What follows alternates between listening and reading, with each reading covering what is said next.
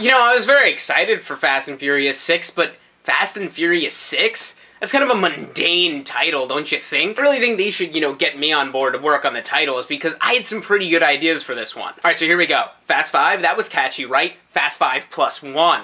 Faster and Furious this year. So this is the sixth one, right? So why not really, really, really, really, really fast and really, really, really, really furious? Or you could just combine really, really, really, really, really, in the beginning and just have it assumed that it applies to the term. But either way, this is so much better than Fast and Furious 6. So Fast and Furious 6. Now, Fast and Furious 6. Now this whole series has been kind of, filled with ups and downs. I liked the first one, it's a fun movie. Second one's alright. Third one, fourth one, okay. And then the fifth one, oh my god, it was actually a really good movie. And that was originally, if I'm remembering correctly, supposed to be the last one. At least it was supposed to be set up that way. Even though I was still like, oh, that was good, so I want to see more, but I was really wanted that to be the last one, just because it ended the series as like one of the few series ever that will like end after 5 movies on the best one. So we had Fast and Furious 6. Now I was excited for this movie. The trailer looked completely over the top, like in the best way possible, where they were just upping the ante even more. I mean, completely away from the street racing origins, but that's okay. And I thought it was okay. It was pretty good. I liked it. I had fun, but I did not walk out with the same like pumped up crazy feeling as Fast 5. Was not as satisfied. It still works better than a lot of the earlier movies, and still better than most of them, actually. And the problem is, and I'm not necessarily comparing it to the fifth one,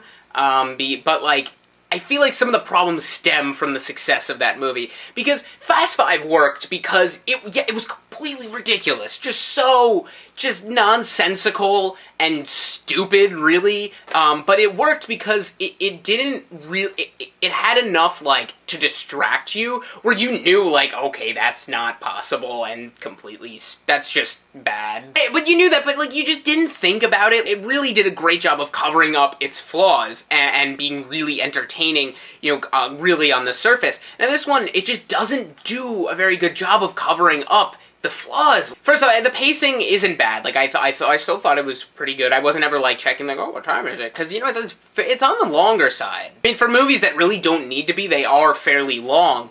But I thought the pacing was not as good as the last one, and there just wasn't as much invested. Like, I had a lot harder time taking it seriously. Like, somehow the fifth one, for a movie that totally shouldn't have had me taking it seriously at points, and not in a bad way, where, sometimes movies shouldn't be taken seriously. So you have Luke Evans as Shaw, who's the villain of the movie, and he's okay. I mean, I get what they were trying to make him, like, one of those, like, really, like, smart heist pulling type of people. Oh, you never know what he's thinking, he's gonna do next, and like, oh, he pulled a fast one.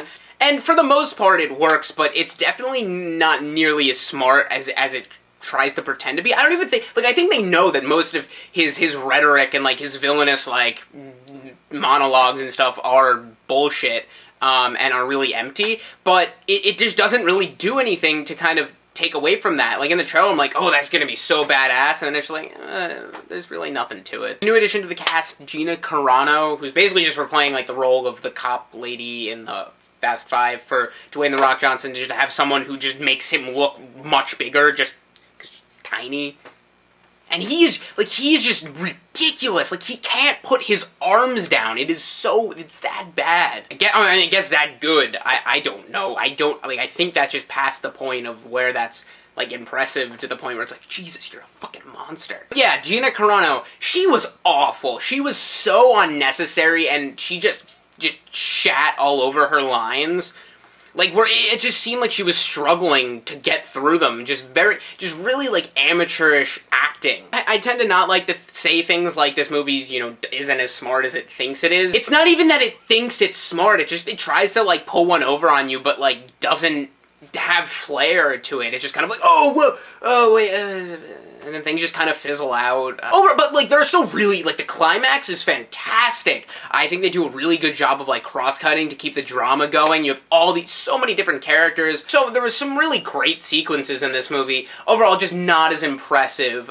Didn't feel blown away, but still had a really fun time. Like, it wasn't entirely forgettable. I'll give it that. and it was fun. It really just did its job. I like this movie. I'm gonna give it a 7 out of 10. I also had some ideas in case they ever wanted to do like some spin-off movies, like one movie that just focuses on Fast, and then like another one that just, you know, on the solo story, maybe even the origin story of Furious, because I think he really is like the more commanding component of this movie. I mean, Fast is important, but Furious is really, I think, what, you know, grabs the audience's attention.